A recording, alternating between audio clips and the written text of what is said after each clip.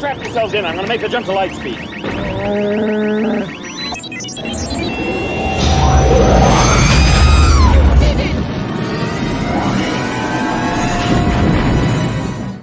What's up, Hyperdrivers? Welcome back to another Kenobi recap, review, something like that. We're going to talk about Kenobi Episode 5. That's what we're doing here today. Hope you guys are having a great week. We're in the middle of the week. And thanks for joining us tonight. With me, as always, breaking this stuff down, is I got my man Craig over here, the wise old wizard with a wise old Jedi. What's going on, man? Hello now. Hello. How you doing, buddy? Doing good. Good to be with y'all. And happy to have you here. We have the lovely Michelle with us. How are you, Michelle? Very good. Thanks for having me. No problem. And we got my man, No More Mutants. What's up, Ralph? Shalom and mazel tov to everybody. I'm happy to be here. Yeah. All right. So, like I stated, we're going to be talking about Episode 5 of Kenobi. There's going to be spoilers involved in all this. So, if you haven't seen the latest episode, please go watch that. It was pretty good. At least I thought it was okay. So definitely go and check that out. And then afterwards, come back and hang out with us and listen to our thoughts and, chime in and share your own thoughts. And for those of you guys who have already seen the episode, this is a safe space to let it all out. Say whatever you want. We're going to talk about it. We're going to read your chats and everything and post it up here live so you can see it. What you got playing in the background there, bro? Clone Wars? Clone Wars. Season 3. I mean, 7. 7. Second to the last episode. Yeah, that's when they're pulling out Maul back there. Oh, I love it, dude. Yeah, great episode. Yeah. All right, let me say what's up to people in the chat. So we got Sergi, who came and went. He said hi and bye. Jose Paez, what's up, man? We got Jedi Shizzle in the house. We got Sean Wilderum. How's it going, buddy? WTF, it's Juan. Orderly, bro. We got Thor. What's up, Thor? How you doing, man? Master Nezim. What's going on, dude? And we got Sean Miller in the house. We got 17 people watching right now. And I think one other person. Donald came in. What's going on, Donald? Yep. The Donald is here. You got the original feed that Scott just showed up. And Scott just showed up? And Mike? All right. They haven't shown up on StreamYard yet. I got like a delay on my side of things. Lagging. Yeah, a little bit. I don't know why it always does that. If this is your first time on the channel here on the Hyperdrive, we talk about Star Wars every single week. I try to come out with something new for you guys to check out. Please, if you like Star Wars like us, like, subscribe, and turn on notifications so you can jump to lightspeed every week with us right here on the Hyperdrive. And every Wednesday, for the meantime, we're going to be talking about Kenobi, at least until the final episode, which is next week. This Sunday, we'll have another live stream. We'll be back for our usual Sunday live stream talking about collectibles and all the latest news. So please tune in for all that stuff if you guys enjoy it. So let's go around and talk, man. What did you guys think about the latest episode? We'll start with Craig. I have liked the series, so I'm not a hater on it. Right. I like the series overall. I'll give it a solid B+ maybe overall. Mm-hmm. Small things creep up and bug me, from time to time, as we discussed last show, and it's like you kind of overlook it. This one, to me, had too many things that I sat there the entire time. And I think it's like once a ball gets rolling, then my head gets out of it and I start analyzing everything, So I spent too much time in headspace going like, well, that wouldn't happen. Well, that's wrong. This wouldn't happen. That's not realistic, And so just a lot of it was good, but there was a lot of it that was, So overall it was a meh episode for me. All right. Ralph, what you think, buddy? I give it like a 6.5, maybe 7. I was with Craig. There were just some instances that I was like, what? Why? And like he said, it gets the ball rolling, and then you're like, no. But there were certain things answered, which I did appreciate, because I think it was like the first time we chatted about it. I know we didn't cover the first, second, or third episode, but when the first airing happened, I was pissed. How did she know Anakin's name? Mm-hmm. They answered that. I appreciated that they answered that. But there were certain things that I just was like, not feeling it. And WTF Juan said Vader using the Force was awesome. 100% with you, Juan. I'm 100%. When he got the ship and he was like throwing out parts, I'm like, yes. Yeah, it was kind of cool. But it was the Reva part that did it for me. I went back. I think I even mentioned in our chat. I went back and I rewatched it, and it was the Reva parts and some of the Stormtrooper parts that I was like, I found that. All right. about you, Michelle? What you think? You know what? I would give it like an 8 probably overall. I liked it. There was just some nitpicky parts, just like the stormtrooper, when they were coming in, I'm like, seriously, it almost, I laughed out loud because it's like, this is the typical stormtrooper moment when they're firing on all those refugees in there and like, really, Can't hit nobody's anything. dying. They can't hit right? No one. Not one got hit. Yeah, or a few, very few. Yeah, exactly. True. So, I mean, and then her trying to, I mean, they're just little nitpicky stuff, but overall, I did like it. Overall, I Right. did like it. Yeah. Cool. I liked the episode. Especially like the moments when Vader showed up, and I think it's something I've been waiting for. And anytime he comes into the scene, I'm very excited to have him on the show. So it's like when that happens, it's like, wow. I wish I would have filmed my reaction, especially in that scene where he grabbed the ship. It's because I was just like, yes, do that. Right. But yeah, it's like everything else about it. I just felt like I wasn't satisfied with the explanation of Reva knowing who Vader was. I did not like that, or the way that was pulled out. But we'll get to that. So let's start off at the beginning, though, right? The best place to start is the beginning. What did you guys think about the opening scenes where they show the episode 2 versions, the flashbacks?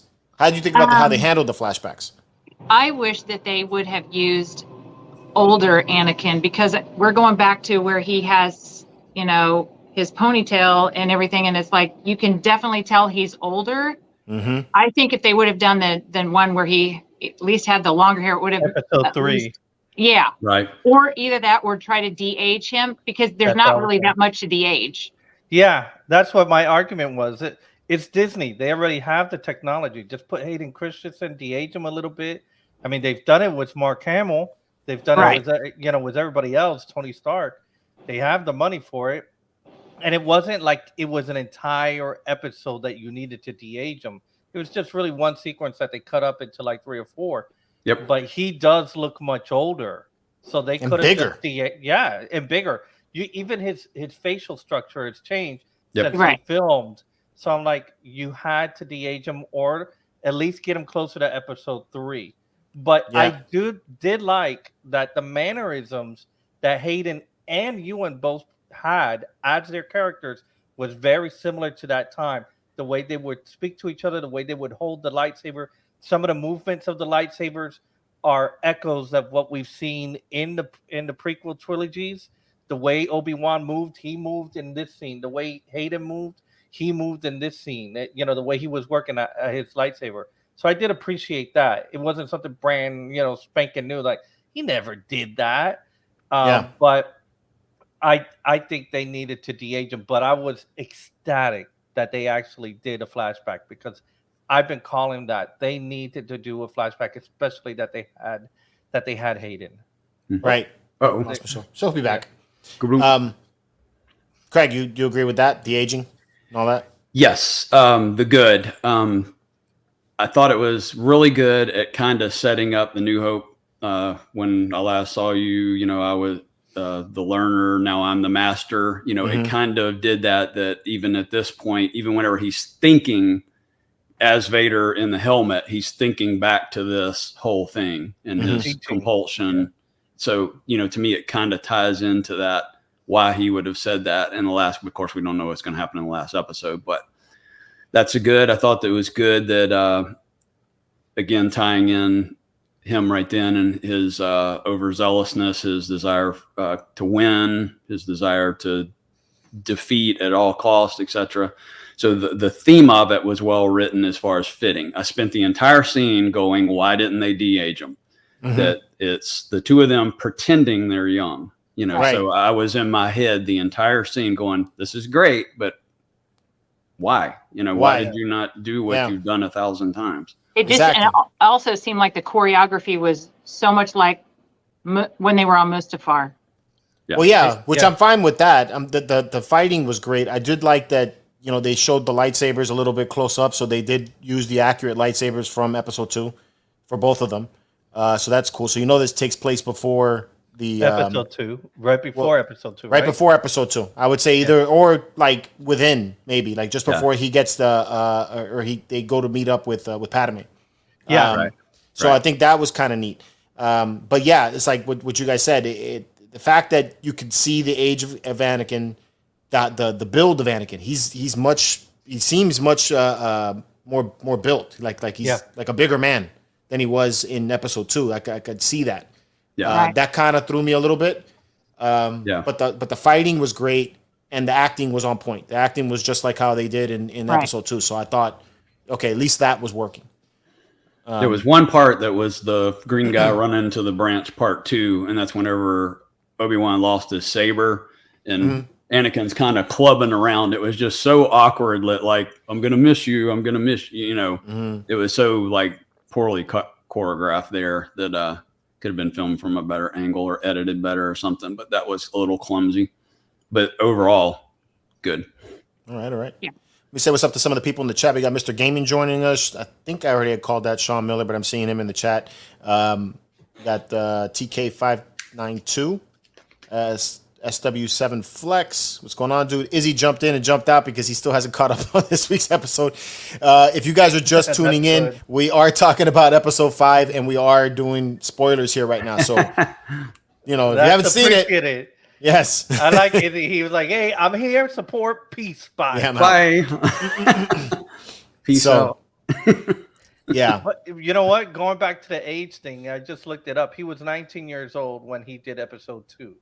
Right. So his physique was totally different than what he is now. Yeah. He's a grown man, you know? Yeah. That's not a 19-year-old right there on the screen. No, it's not. No. Which it would have been cool. Which it would have been cool if had like Michelle said, like had they gone with the Revenge of the Sith look and maybe like the final days of the Clone Wars or something. There you go.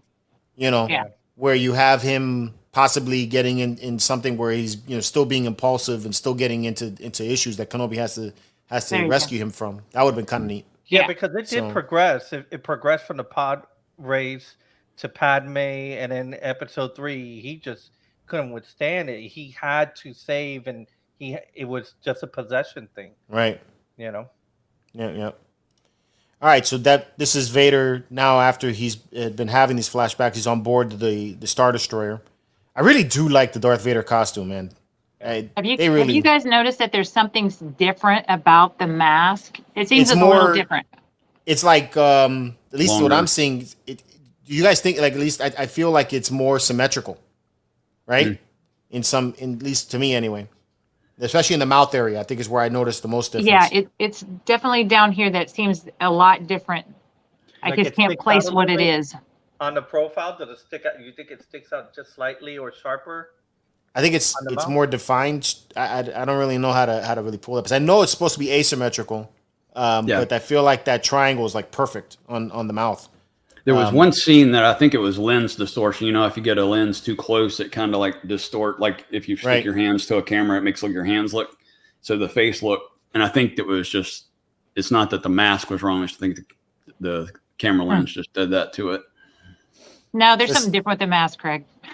Okay. No, I'm just kidding. He's an artist. He's measured it. He took his tape measure. Say what's up to get Anthony. your tape measure, George. Right. Tape measure. Yeah, we'll measure it all out. Hold up. Get it right now. What's up, Anthony? Got 6 Scale Mafia in the chat. We got Brandon Dawson. What's going on, dude? 95. So Reva shows up on board the ship. She's giving her pleasantries about how she's honored to be on board, and she gets made the Grand Inquisitor. So yeah, I'm not feeling this character. Like when she comes into the room, I just feel like there's nothing being brought. Presence. She has no presence whatsoever. Yeah, I just feel like she's like reading the lines. It's kind of like deadpan. Yeah. They really needed to mask her, not because of her face, but the fear of what is behind the mask actually adds to it. Yeah, you know, that's the whole thing of Michael. Even Jason, Jason without the mask versus Jason with the mask that we have seen, it's totally different. And I think for her to be a Grand Inquisitor and strike the fear, even commanding the troops, it was like, oh my god, this is terrible. Oh yeah, I didn't like that at all. Yeah, when we get to that, I absolutely. Oh, It says Vader's N95 mask. Right. Yes, I agree. When she gets brought in, so Kenobi goes back to the with NWA over here. I can't think of his name right now. Ice Cube to the son. Ice Cube son. Little Yeah, Cube. yeah, Little Cube. To rescue, to go back to the refugees, and then they're left there, and they get trapped because the droid gets programmed to close the doors. So they're now in a trap. Vader goes into another flashback. There's when the robot takes care of that. Yep. But then, this is where I wanted to get to, was when Reva now comes in and she starts commanding the troops.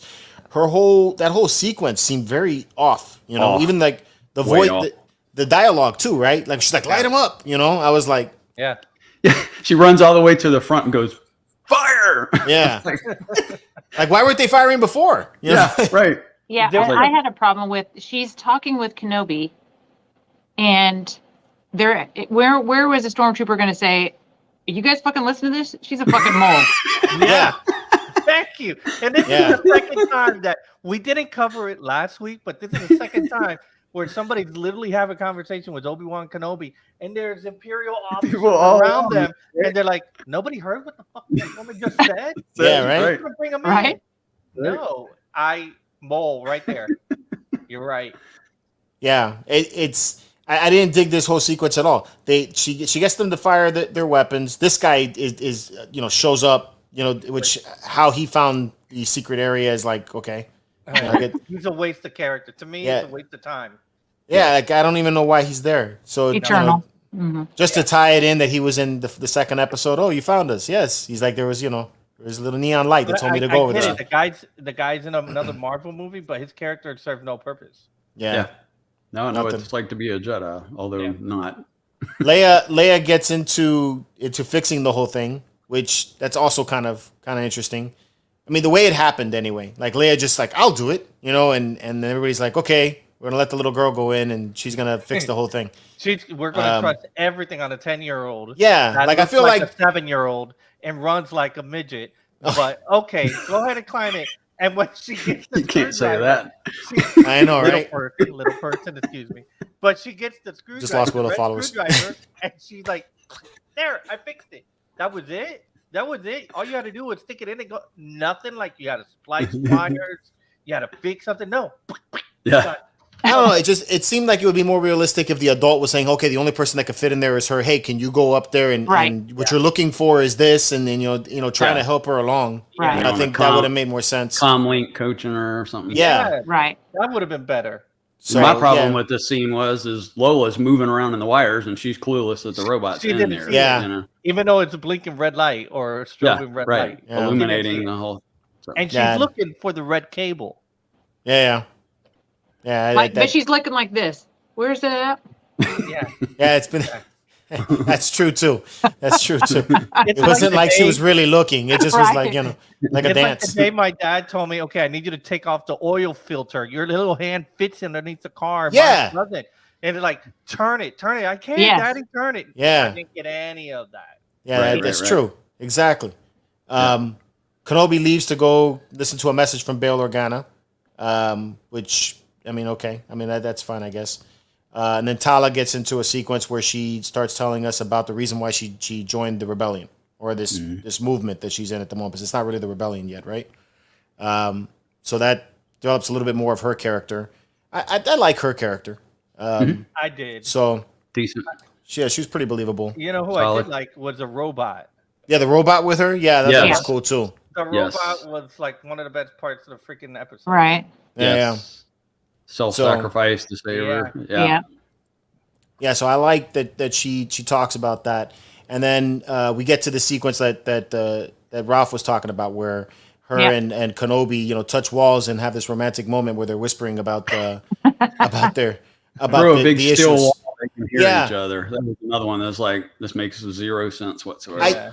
I really didn't like how this was delivered, because it didn't, at least for me, I didn't feel any weight to this scene, Again, on her acting.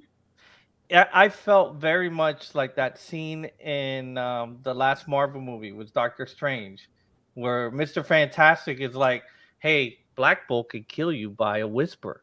Yeah. Boom. Okay, let me remove his mouth. And then here we have him speaking to her, and it's like, no, but you must have been one of the younglings. You didn't need to narrate that for us. There had to be a different way for that to be brought in front of the receiving audience to say she was a youngling. For us to discover that, not for Obi-Wan to discover it, it felt a little bit forced, felt spoon feeding. Like, here you go. Here you go. This is what you guys want. And I just think it was delivered incorrectly. Y'all mentioned the mask thing earlier. How much more power would it have been for her to have had the mask up until this scene? Then she takes it off, and you realize. Then you tie in that first scene in the entire series to this, and hopefully she delivers a little bit better emotion than she did there. But that would have been a much better tie-in of reveal who she actually is. Right. That would have been really good. And then, correct me if I'm wrong, Obi-Wan and Qui-Gon Jinn in episode 1 trying to get to the commanding officers on the blockade, right? Literally put their lightsaber through a door, and we're there for like a good, it felt like eternity, but like a full minute to heat up that door so they can melt that door. But this chick just went right through it. Right. And she went right through it. I'm like, is a red blade stronger than the blue and a green blade? What happened? Did technology change? Is it a different? I don't know. Maybe I'm just stupid where I'm thinking the metal has to be different, but it just adamantium. It was made of adamantium. Adamantium. It just seemed a little bit like go guys. She did go through that door pretty quick. Yeah. I mean, there was a moment that I thought that maybe she was just like a spy, you know, kind of because of the way she was delivering this line that I felt like, oh, hey, you know, she's telling Kenobi, okay, hey, I know I've been seeming like I'm the bad guy this whole time, but I'm really not the bad guy. I'm the one that's going to be helping you out to kill Vader. And I thought maybe that's where we were going with it. But then when, you know, she came off and said that she's, you know, that she's mad with him too, because he wasn't there to save her or defend them from Anakin. Right. By the way, Thor has a good comment. Thor said that the blast doors were already weakened from the prior stormtroopers. So I give it to you. Okay, now there's reasoning for that. Yeah, I didn't feel like that. Like I said, again, like that was delivered right. And then, you know, so Anakin struck her down. You know, and like he struck all the other younglings down. Like, you know, why did she survive the thing? Like, did she get struck in the arm? You know, or she's a good actor. Yeah, she played dead. She played dead, right? That doesn't make any sense to me. Like, Anakin has the Force; he could sense that kind of stuff, right? Right, exactly. Well, Obi-Wan should have said, "That's what I did when Count Dooku hit me too," and then Yoda came in and saved everything. You know, like, I'm on the floor. But I get it; it burns. Yeah. So I didn't get that, you know, and then also, like, you know, how she's being able to mask it. Or maybe Vader knew about it, and Vader just let this all play out, because I've seen that happen too in other stories. So that's what I felt, that he knew all along that she was the youngling. Anthony says he went right through it because the episode's only 30 minutes. That's a huge complaint I have with Disney. It's like, why can't we get an hour-long episode? There's only 6 episodes. Look, you know, Stranger Things knocked it out the park with these super long episodes. Right. That's all we need. Stranger Things was fantastic, by the way. I really enjoyed that. That was great. Yeah. But so you know, then we find out that she was the youngling. You know, everybody gets killed except for her. And Grogu. Grogu managed to get out of there. That would be kind of interesting, right? If that was the tie-in, that she was the one that rescued Grogu, and then I would have been like, oh, now there's something. I'm like, right. I wouldn't have thought that. So, you know, we got Anakin killing younglings. I'm happy they didn't change that. I am really happy they did not change that. There is a little bit difference. He's a little bit angrier here than I think he was, because I think in episode 3 he had like tear almost shedding. Maybe that was the last younglings he was killing, but I did appreciate, because there was some rumors or speculation that it was just going to be that Anakin and the 501st did not kill the younglings, that they kidnapped them and they bred them into Inquisitors. Mm-hmm. But I'm happy he actually went out there and slaughtered kids. I mean, They started this episode. I mean, That's a strange sentence. I know, right?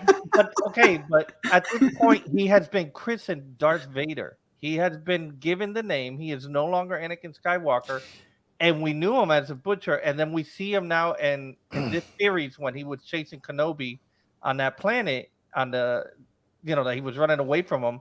He was just grabbing people and just choking the hell out of them for the sake of doing it, just to bring out Kenobi. And that's who you always have imagined Darth Vader to be, the baddest MFer there is in the galaxy. You don't want to be on that side. So I don't want him to be like soft little Anakin. He killed freaking sand people and he slaughtered the kids too. He said that to Padme. But you brought something up though. Okay, Vader or Anakin is running around in the temple killing kids and killing other Jedi, and he's not really speaking to anybody. He's just killing them, right? Yep. Everybody knows Anakin's getting killed, so she's aware that this is Anakin. This is the hero of the Clone Wars. This is the last time she would have seen him after she got struck down. Where does she put the tie together that it's Vader? Right. Yeah. Because she wouldn't know. So it doesn't make sense. And Obi-Wan even said that he would have kept that a secret. Yes. Right. Yeah. Right. I did like that Kenobi brought that and made that a point. When he was speaking to. So then here's that fight sequence that Michelle brought up. 1, 2, that you got 3, 4, 5, 6, 7, 8. A battalion. 9. You got a battalion of stormtroopers aiming guys. in a small hole, and they can't hit a damn thing. 9 refugees, 1 Jedi, and 1 robot. Which the robot was holding his gun like this. He was ready to go. So yeah. TK592 brings up a point there. Forgot about that. The Sith have a way of surviving, right? That hate and that revenge, fuels them. So I mean, that's an answer. Because Maul got cut in half. So yeah, okay, I'll go with that. That I'll go with. But how do you explain that? Stormtroopers by the thousands aiming into a small hole and missing everything. You can't see out of those helmets. Oh, that's what it is? Yeah. It's an entire 501st Legion there, Yeah. From the, let's say from San Diego Comic-Con. Those guys can at least hit one of these refugees. Yeah, true. McBrother Golem. Star Wars fans will never be happy. True. I mean, when I watched this really didn't bother me that much. I was having a good time watching it, but I mean, yeah, the stormtroopers really couldn't hit their targets at all. No. I like that we're seeing Kenobi, getting his Jedi on and everything. I do wish that the show would have been more about Kenobi gaining his powers back. So yeah, having to relearn what he's forgotten. Yeah. To give weight to him now, wielding a lightsaber and force pushing people back. Because even at the beginning of this, where Reva cuts the door open, he force pushes her right back. He did. And then she can never why didn't she charge back in to fight them? That would have been kind of cool, having a fight between the two of them at least. Yeah. So. Right. Backtrack a little bit. I don't understand why there are plot points of so she runs up to the front and says fire. When they actually open the doors, she stays outside. Well, she got force pushed back. Yeah, she did. Yeah, but I mean, why did she stay there? Yeah, why didn't she run to the front? Right? I mean, she's trying to get Kenobi. She should have been leading the charge in or whatever. Yeah. And if the ultimate thing in all of it is for Vader to get Kenobi, why is he on the command ship waiting? Seems like he would have been down. Right. But I know the Inquisitor is supposed to be. But it's very similar to the attack on Hoth, where, you may start your landing, they've already attacked the base, okay, now he ain't wasting his energy. He's just there for the cleanup. Okay. That makes sense. To me, he's like the closer in a baseball team. I'm going to go out there. I'm going to kill it. Done. That's it. Game's over. But I'll send the lackey to do it. But yeah, as somebody like Kenobi, I think it would have had more weight that he would have shown interest of, I'm going to go down there. Go down there, prep it, get the men ready. I'm coming in right behind you. Josh Cooper brings up a point that the clones were probably calling him Lord Vader. That's possible, and the Separatists addressed him as Vader when Palpatine. The thing about that is that there's comics that are now canon, and in those scenes, when Anakin is brought up, Vader takes and kills all of the clones that are listening to this or that see it, and you can see that, or the way they showed in the comics, that the clones were surprised that it is that. Another thing that always bugged me too is if you saw in Revenge of the Sith, when they issued the Order 66, they seem to be killing Jedi arbitrarily. Like it doesn't matter, what they are. They're a Force wielder. They got a lightsaber. We're gonna kill them. Why didn't they attack Anakin also? Yeah, I at least get a little friendly fire. Right. Yeah, I'm pretty sure that happened. Like there goes one. No, he's with us. He's with Apple or whatever the rest of the 501st commanding officers were, who were just cleaning up shop at the Jedi Temple. But I could see the deception of having clone troopers that you have fought side by side with, and are defending the entire Republic, and a blue wielding lightsaber Jedi Knight, as famous as Anakin was, walking into the room and not thinking twice that he's there to kill you. So that was pretty genius. It was beyond Luke and Han in the stormtrooper outfit. He was one of them, and so that was a real deception to him. And I could see the heartbreak where Yoda's like, "You don't want to see that video, dude. You don't want to see it." True. Brandon Dawson loves the lightsabers. Lightsaber sequences are cool. Yes, the lighting was great too. It reminisced back to episode 2 when they were fighting Dooku, and you saw the reflection of the light on their faces. I love that when it was like dark. Yeah, even in the previous episode where Obi-Wan was trying to get Leia and save her, he would turn on the lightsaber and turn it off, and turn it on and off, and I was like, oh shit. Yeah, it was right, dope. right. Leia finally finds the right switch, and then they have this battle sequence continue, and I think Tala finally has to take one for the team. And she does the thermal detonator, and everybody. So two citizens were hit, and neither one of them were a fatal shot. So not only could they not hit anything, when they hit them, they weren't fatal shots. Yeah.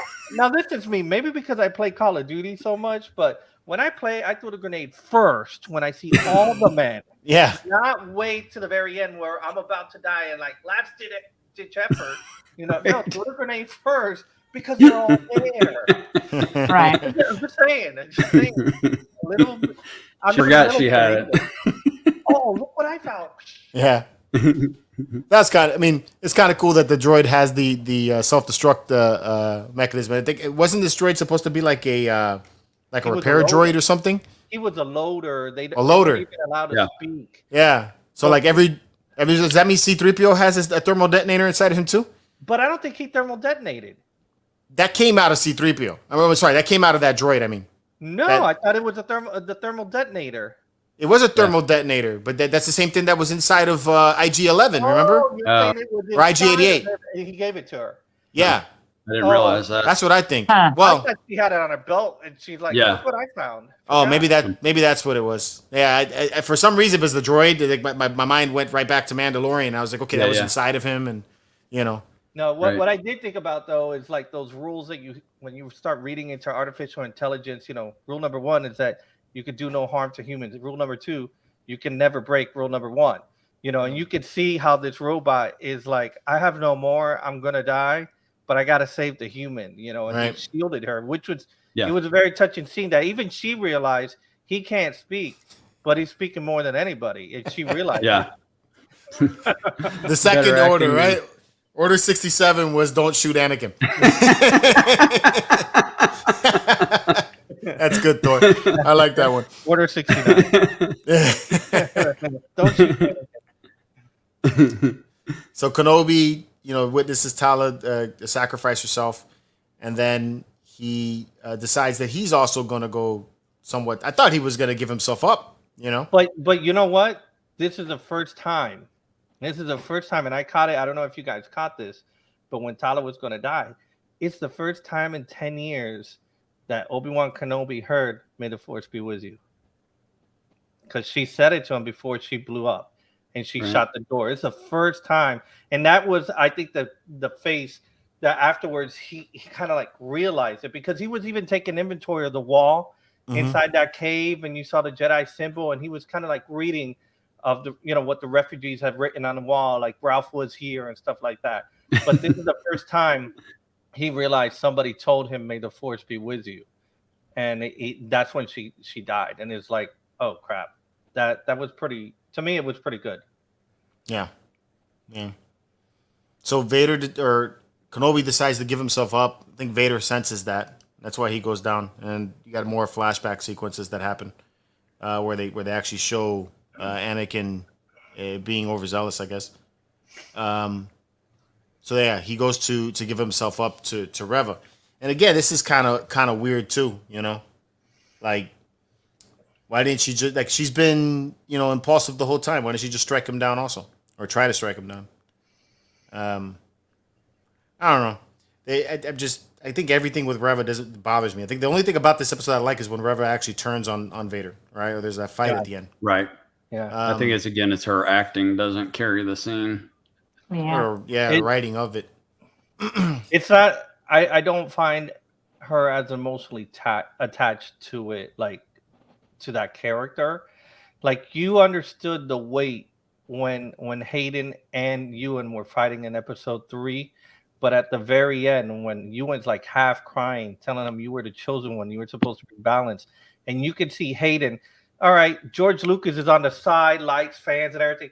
We need you to portray anger and hatred towards Ewan, and it has to be genuine. And he delivered it.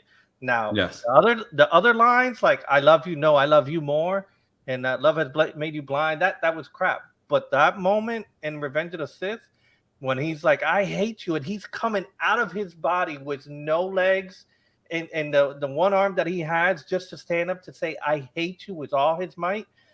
This character has no type of emotion for me to tap into, you know. And I understand she just caught him, but she was using him to get to Vader. Yeah, but some emotion in there. Okay, but you got a bunch of troopers around you that are watching this. Yeah, they're not. Captured. Hold on, look at them. They're looking the other way. Bunch of bobos. Yeah, they are. but the scene of this, all right?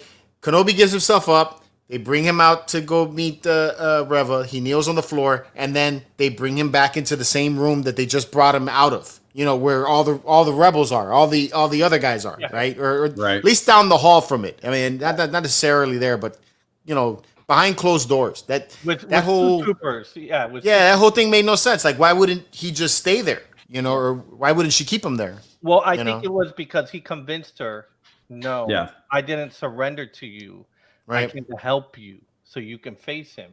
And I think that was his thing. And that's where she's like, okay, I'm going to put him in the other room, lead Vader in there. Obi-Wan to free himself, and then I can attack Vader. But I just feel a whisper would have gone a long way for her to come to his ear and just talk to him.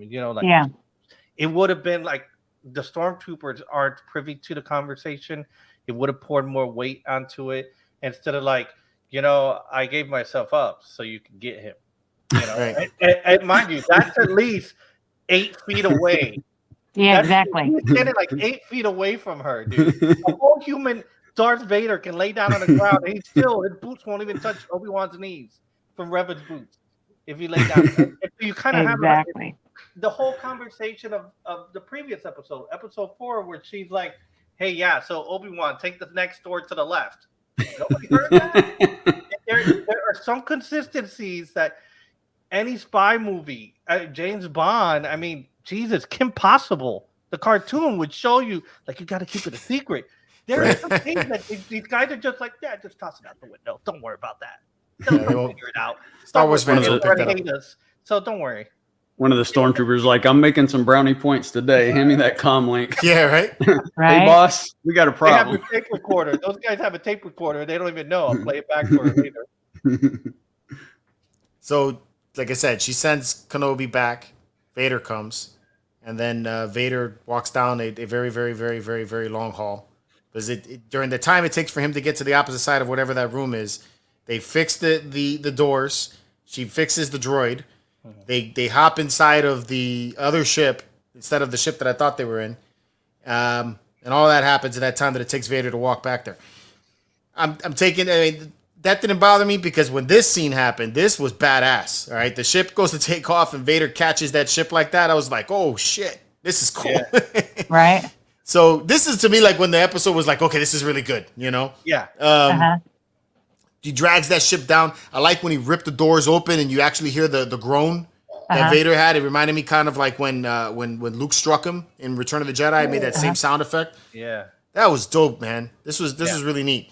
That was very well done. And good editing where it happened fast. He was in his rage and he whipped out the door, whipped off the other door. Yeah. And he just brought that ship. It would have been bad editing if he had, all right, let me walk to the door now. It's like, it looks a little weird. But Vader is like, oh, he's in prime Vader mode right now. Yeah, that was pretty cool. The only thing that I had was right before this, why weren't all the refugees already on board? Why weren't they were on the other ship. No. But why did he have to tell him get on? Yes. Yeah. Oh, yeah, right? Yeah. That's true. Yeah, good point. I didn't. Hey, we're going to Disney World, kids. Yeah. I'm already in the car. Not like, all right, just let me know when you guys are ready. Let's go. Frankie would say because script or because plot. True. True. No, I agree, Thor. Thor's saying she's actually a really good actor. The role of a bad guy doesn't fit her. That's really what I feel like.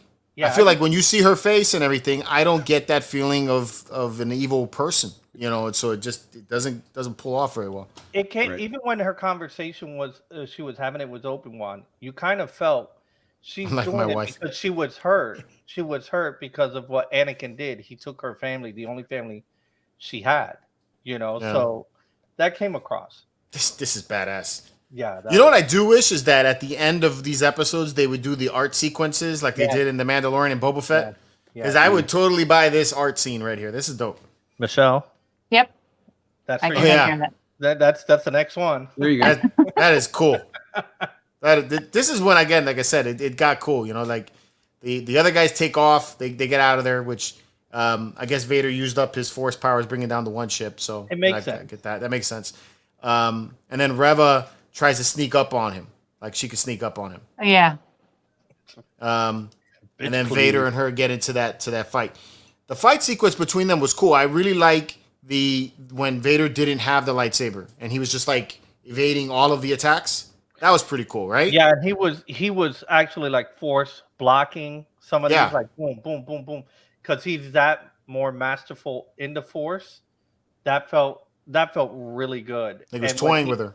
Yeah, even to the point that he broke her saber and he's like, "Here you go, bitch. Yeah, let's go." And she was trying to do all this stuff, and he even, just like the video game, and just like Return of the Jedi, he threw it at her. You know, and she blocked it. I was like, "Oh, she blocked it." Yeah, that was cool. The fight was dope. Yeah. I liked how he when he threw it at her, he blocked the saber, but he got her saber and got the other saber. Right? It was that was pretty neat. I thought he was going for a Dooku right here. Yeah, I thought that too. Yeah. Head chop. Yeah. And I think they should have did that. You know, that should have happened. I mean, she betrayed them. She was trying to kill him. You know. Yeah. That should have gone with a head chop. Head chop should have been nominated. Lightsabers no longer kill you. Yeah. Through the that's true. torso, chest, whatever. Neck piece. WTF1 can't touch this. Is it because their outfits are made out of something else? Is that why I've read? I don't know. I mean, like Wolverine's metal is nowhere to be found in the Star Wars universe. So, like, what? There's only a few pieces. It's not Beskar that blocks lightsaber. That's true. But what are you talking about? Why it didn't kill her? Yeah. No, I don't know. It went through her. Yeah, she got a wound, but it cauterizes, and then I don't know. That looked like it went through the chest, man. Yeah, Qui-Gon didn't survive that. It went through here. It looked like that. It went through her. Yes. Or maybe lower. That's the way I took it as. I mean, I don't know. Like, I should have took a clip from that scene where it got hit, but just judging by this stance right here, the saber would have went right this way. It would have went through her chest and out the back. So. And Vader again with the Force is not going to know that it wasn't a fatal. He they knew. That's the thing that doesn't make any sense to me, right? It's like they knew she was still alive when they walked away from her. She was still breathing. Right. Yeah. Why wouldn't they strike her down completely? Grand Inquisitor said, we're leaving you here in the gutter, where you should be all, and it just leaves, she's just trash, not even worthy of the clean kill. But if he's just killing people for the sake of killing them inside the town, if he's killing kids, he should have killed her. I think the story there was something lost there, with the story. that he should have killed her, and Yeah. he would have found the beacon or the Jedi comlink or whatever. I do like the Right. tie up here, though. They brought the Grand Inquisitor back, so Yeah. now I'm like, okay, good. We cleaned up Rebels, so at least something got cleaned up. But this whole time I was like, man, when is he coming back? Well, I heard the director or one of the writers was interviewed, and he's like, "Look, we understand, we respect Rebels enough that we can tell you he's not dead." Before we saw this, it came Right. out like on Monday, and I was like, I didn't need to read that, but okay, I read it. They're gonna bring him back, but So the Grand Inquisitor was great inside that show. And so her Yeah, he's a good villain. yeah, in Rebels, absolutely. yeah, absolutely. Yeah. So the whole reason for her staying alive, obviously, is because she finds the comm link that gives her the information about all she really hears is Owen and child. So I don't know if she's putting it two and two together, Tatooine. but she knows to go back to Tatooine at least. Yeah, and she knows that's a Jedi comlink. I mean, she had to have seen that when she was Right. in the temple, so she knows who that belongs to. So she's Right. got a planet, and she's got some name. Well, she knows Owen, but she met Owen on Tatooine, so she knows who they're talking about. That's right. So she knows that where to go. So like we at least that much is certain. Kenobi has the oh shit moment because he realizes he lost his communicator. You had one job, my I know. friend. One So job. here's what I mean, and let me see if you guys follow along with what I'm saying here. But here's my issues here. They talk about that the hyperdrive is broken on the ship they're currently on, right? So right now we're leading up into another Last Jedi chase scene, where we're gonna have a slow motion chase scene that begins the next episode. I don't know why they decided that was a good idea. And then how is Kenobi gonna get off this bus to get back to Tatooine? He has to get back to Tatooine to stop whatever's happening. What do you guys think Reva's gonna do? I personally think she's going to somehow. I originally thought she would give that information to Vader, right? Right. Get him I his did good too. graces. But To that get can't him his happen. good graces. But that can't happen. I don't think that can happen. I think she's going to go over there and she's kind of try to pull the Darth Maul, see what's there, so she can lure Vader, so she can try to kill him herself. That's what I think her ultimate is. But there's only one more episode. Like, Jesus Christ, you can't cover all that, and it is a bus. He's not like, oh, by the way, retcon, there's a Jedi starship inside the cargo hold of this bus. You can take that, that. Well, there's a snow speeder. There is a snow speeder, and they Forgot don't- about that. Yeah, that is true. But that thing doesn't have hyperdrive. That's Well, no, they did. Really? They The did. snow Yeah, speeder? no, you're right. They didn't have hyperdrive. They were in the other ship, or the other Yeah. ship's hyperdrive got. Yeah, they dropped them Right. in, I think. Yeah. That's true. That's true. Okay, so it doesn't have hyperdrive, so he's gonna be doing slow mo all the way to Tatooine. But Where- I did see an episode like on somebody's channel. I can't remember, but like the first thing, episode 1, you had one job: don't leave the boy. What Yeah. did you do? You left the boy. Why are y'all Frank. saying that she can't tell him? Because So- Vader doesn't know. Vader doesn't find out about Luke until after A New Hope. Okay. And he So- doesn't, and Owen as well. The whole scenario. Yeah, the whole thing. I don't think Vader makes it to Tatooine. I just don't. Well, I mean, he may go to Tatooine, but he definitely doesn't go to. And we The still law. got to have a final battle between Kenobi and Vader. That has to happen too. Is because then you need to give weight to the whole. When last I met you, I was the learner, but now I'm the master. Because comment. we were told we were going to get the fight of the century in Right. the show, which we Right. haven't just yet. The training sequence that we had in this episode was great, but it wasn't the fight of the century. And on top of that, I'm still waiting for Qui-Gon. That too. Right. There's a lot, and you got Lot to to take cover, the little right. girl. You got to drop That the too. little girl off. Does anybody know the runtime of the last episode? 2 hours. No. I don't. It better be. It better be for that. Yeah, it better be. There's a lot to cover here. I mean, that's the problem I have with this show. It's like I feel like we went from this being the Kenobi show to being the Reva. Like I'm thinking Reva's gonna be a redemption thing. That's what I think is gonna happen. Reva's gonna go there and she's gonna keep it hidden, the secret hidden. Hey, but It Lisa, said- we haven't seen any Mando yet. No Mando. Right. Right. No. Yeah. You'll He would save be this young. He would be young in this episode anyway. Or at this point. show. Look at little Din. There he goes. Yeah. wonder if And we they'll haven't do got any Vespas, so that's good too. Yeah, that's true. right. bonus, right? I wonder if Qui-Gon would be the end credits scene. If they would do that, Yeah. or if they're even Like going to do lead that. into a future. I heard they were did like thinking what about you doing said, it. Craig, in the chat. You said something about nobody can die now. The sabers said, are not fatal. and then you said something about Qui-Gon facepalm. Yeah, Oh, yeah, right. The group Yeah, chat you did, sabers yeah. are no longer fatal, and somewhere Qui-Gon's face palming like. Yeah. Sean Miller says, have you noticed that each episode mirrors each prequel and original trilogy episode in the exact order? Yeah. Does it? Yeah. The first, second. Yeah. I caught that too. Yeah? But- I didn't catch that. I didn't catch that. Well, How does it mirror? Episode 4, you're rescuing the princess. Right? You know, But didn't they rescue that in episode 2? Episode 2 of the. So okay, let's see. How is episode 1 a Sean, mirror of Sean, episode detail 1? it a little bit more, Sean, because I'm Yeah. a little fried. Help us here. Let me think about that. How does episode 1 mirror episode 1? So we find the kid. I mean, other than the scene where It's he's on in the Tatooine. podcast and it's on where Pod race? he puts on the goggles and it looks like the pod race on Tatooine. Maybe. I know there were a few things. It says roughly episode 6 should be 40 minutes. That's still too short. That's still too short. Yeah. Not for That's- what we're anticipating is going to be covered.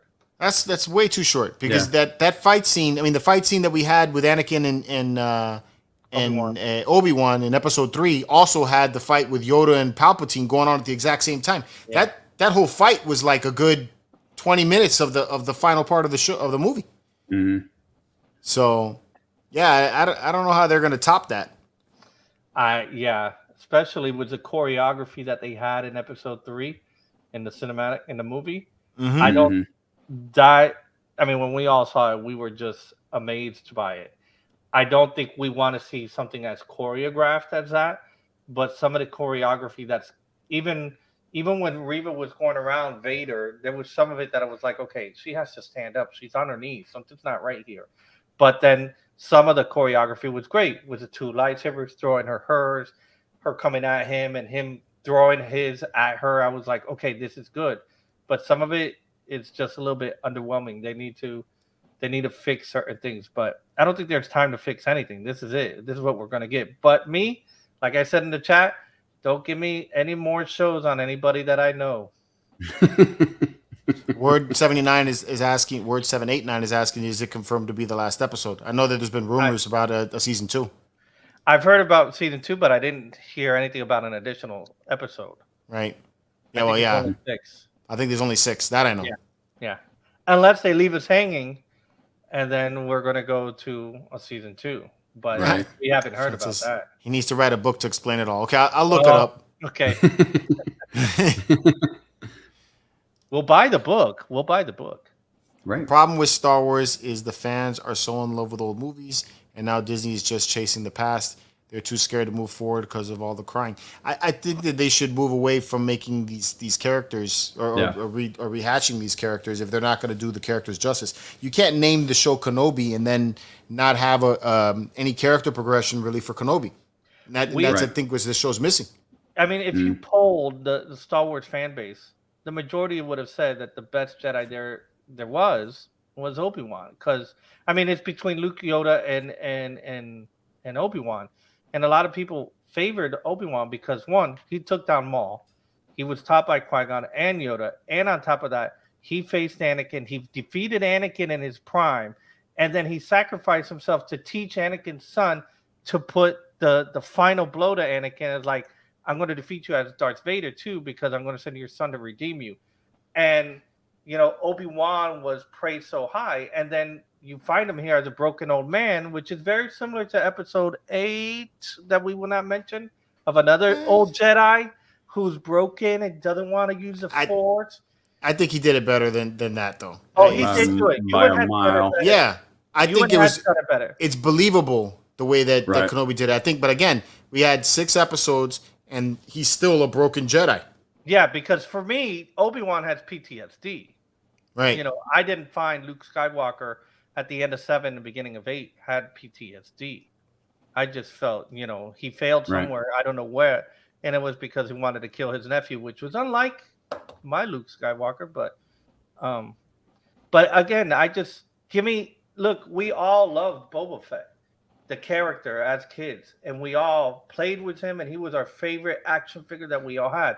And what did Filoni do? And Favreau, we'll give you somebody similar, but it's not him. We'll give you somebody else. Right. And then we fell in love with the Mandalorian. He's very similar, and he's based off of the original designs that we saw as kids when we saw the holiday special, when we saw that gun and everything. And he was the slinger, the gunslinger that we all wanted, that we never got was Boba because he was in the Sarlacc pit. And you brought him out, you brought Boba out, and now you did a Boba show, and it kind of crapped the bed. Yeah. So and the Cassian show can be Han Solo too. Correct. The correct. same And it's not familiar.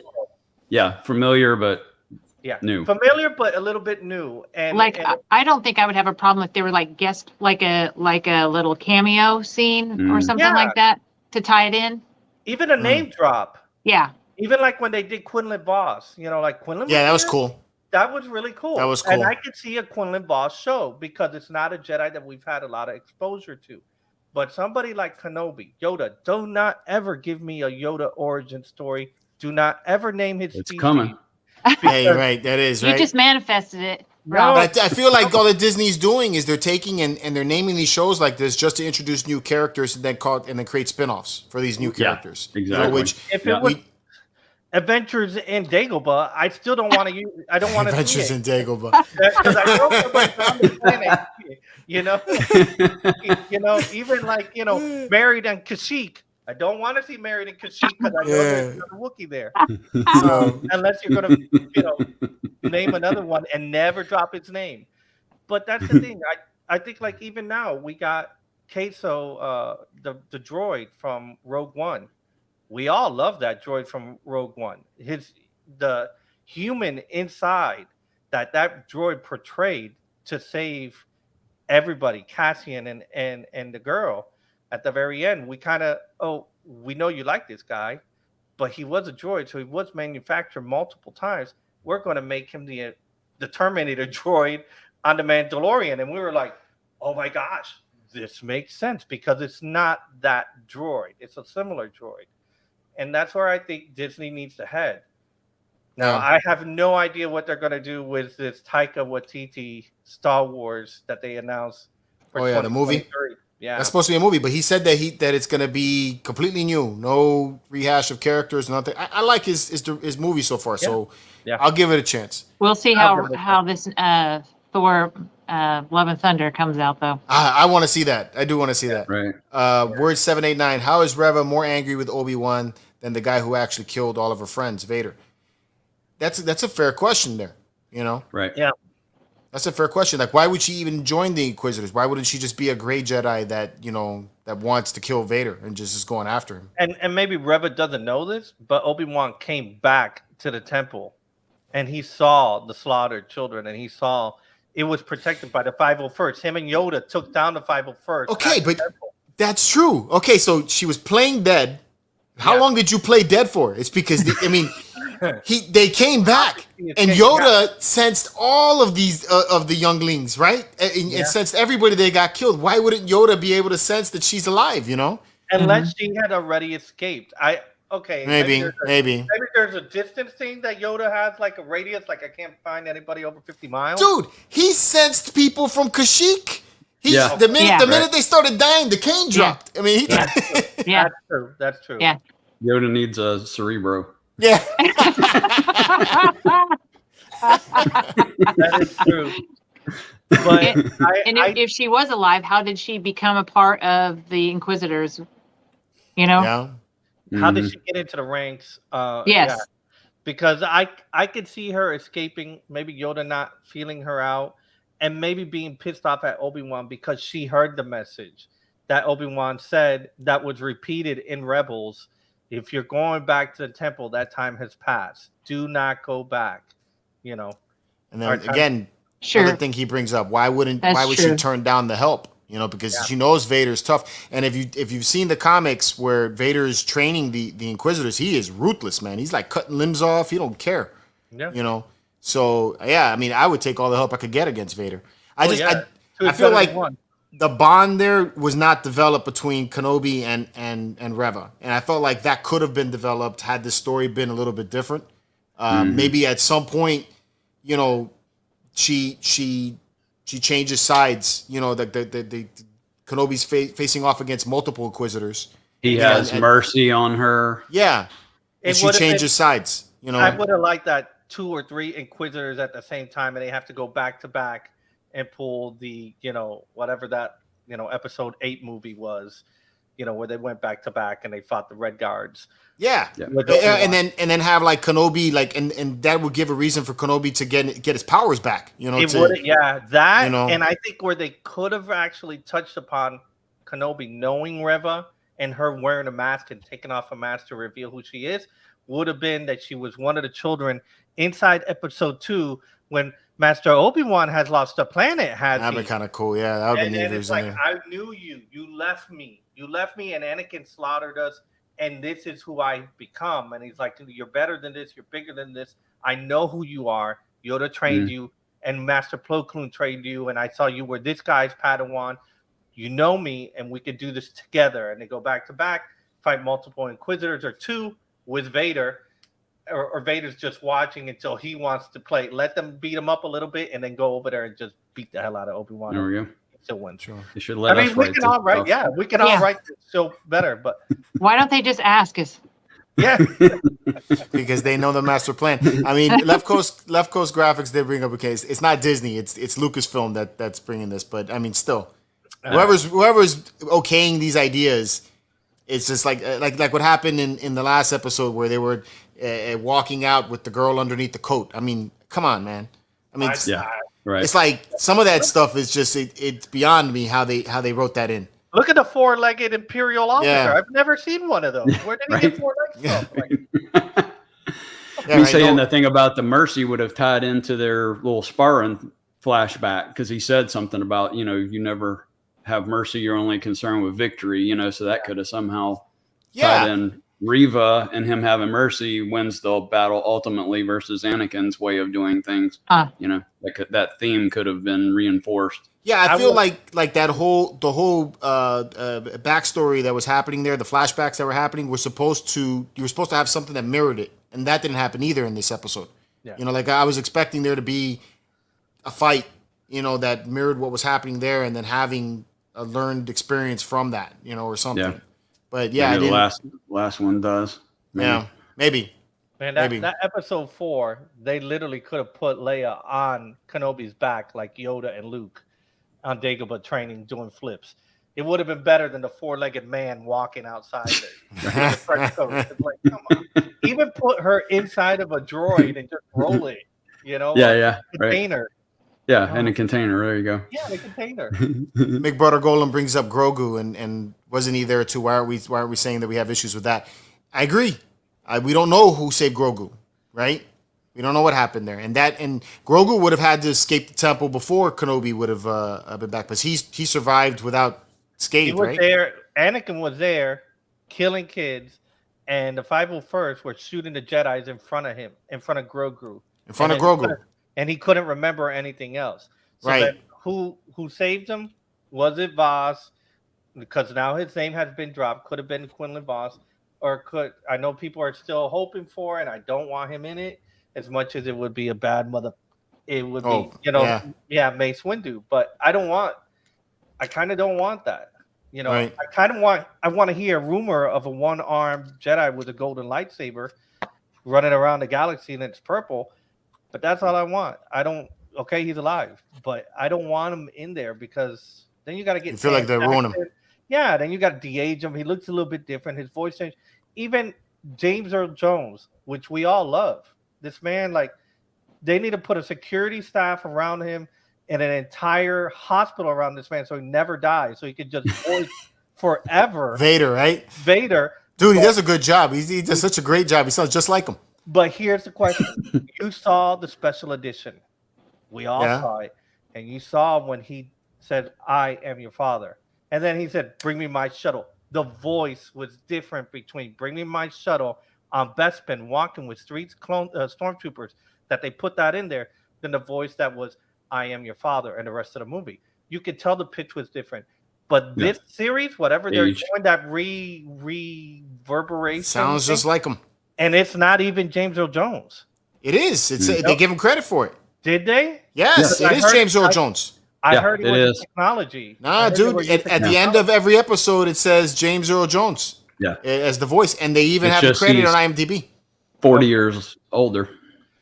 Yeah. I mean, look at what Mark Hamill sounds like back then and now. Yeah, I mean, he does sound different. Totally that's different. Why I'm like, okay, we can't go so hard. I feel like they've kind of de-aged James Earl Jones' voice in this a bit because he doesn't sound like he did in episode 6 or 5. No, what's the Rogue One? Rogue One. In Rogue One. He sounds good. He sounds really good in this. Yeah. I think he does. I think he does. Too. Yeah. Rogue One sounds old. Yeah, I'm reading Sean Miller's thing. What did Sean say? You see, Scott Barry says his voice, but it's artificial intelligence. They lace something with it. There is some technology that they're using with James Earl Jones' voice, so that way it sounds more like the Vader it's supposed to sound. Sure. I guess we're gonna have to wait for the making of the Kenobi series. I'm definitely gonna watch that. You know, I gotta see how they did some of this stuff. Well, if they can de-age his voice, why couldn't they just de-age Anakin? Just skosh. Yeah. You know, the funny thing is that somebody already did it on YouTube. As I saw it on YouTube. I saw that, and it looks great. It looks great. Yeah. I think what Lucasfilm needs to do going forward is just go to YouTube. You know, put out a request and get somebody will do it for them like that. Boom. Have done. us write and somebody else do the effects. And right. Perfect. Exactly. Yeah, we'll get it done. How many fans are there that are so in love with this franchise that wouldn't work on it for free just to get their foot in the industry and say, "Oh, by the way, I did the voice of James Earl Jones. Here's my credentials. Boom, done." I knew a guy in college that could do it, man. It was crazy. Really? Yeah, and he would do the Vader scenes and then also Mufasa. You know, I'd be in class working. You can hear him. He's like, Simba, I am your father. That was cracking me up. Everything that light touches. Yeah, Sean Miller is saying that is correct as well. That there is some sort of artificial intelligence that they're lacing on top of James Earl his voice to actually make him sound like the appropriate Vader. But again, I know that all takes money. So I don't want to see a Mace Windu and bad MFer from the galaxy. I would be okay with Mace Windu if they brought him back like they did. Like they brought back Boba Fett in Mandalorian season 2. Like if it's just an episode or two that he comes back, we know he's alive. We don't need to have him for a spin-off series, Right. But for him to appear for a little bit and just give us that he's alive, that he's a badass motherfucker, and he's killing some people. I'm like, boom, good. I'm all right. And he's using his purple saber. Yeah.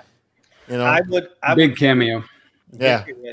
I would really enjoy, and I don't know about you, George, because I know you're a fan of the story of Grievous, how he became Grievous when he was a warlord.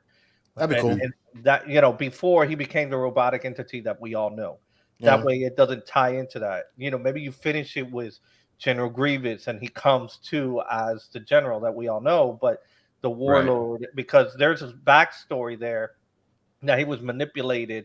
And his family was killed and everything. And it was part of Sidious's doing and so forth to manipulate him to actually be the strategic head of that part of the army, of the Confederate army. True. Yeah, that'd be cool. I still want them to do something in the Old Republic. I want them to go like far, far back. I mean, like the old comic books, like the one that Exar Khan, that type. Yeah, Exar Kun and that era of things. Yeah, I would like them to go so far back that we don't have much information of it. Yeah. So. I mean, we only know of the Rule of Two supposedly canon that Bane gave us, but we don't know. There are some books. That are canon, aren't there? That talk about Bane. Yeah, I mean, no, I don't think. I mean, they talk about him, but they don't think they have any books that feature him that are canon. I think it's still considered legends. Okay. So, but I mean, they bring back everything legends, So, they just put a spin on it. Yeah, I mean, take that toy that we gave you 15 years ago and like let's repurpose it and throw it in the freaking show. True. Yeah. True. All right. I think we jammed enough about this. I am looking forward to the next episode though. You know, I know we did like tear this thing apart. That's what we do. We have to tear things apart, right? You know. It doesn't mean we're not fans. Yeah. We enjoy some stuff on it. I mean, if Craig I didn't hate it. I didn't hate it. No, I didn't hate it either. I loved everything. If Craig and Michelle were here saying, I loved everything. This is the best show ever. You guys would be like, bunch of crapper. I know, right? She's getting paid. Michelle's getting paid. Yeah. That's what she said. That's what she got a check for. You know? Yeah. You know, I mean, we're being real. Like, we're fans. We like the stuff. We like the stuff that we like, you know?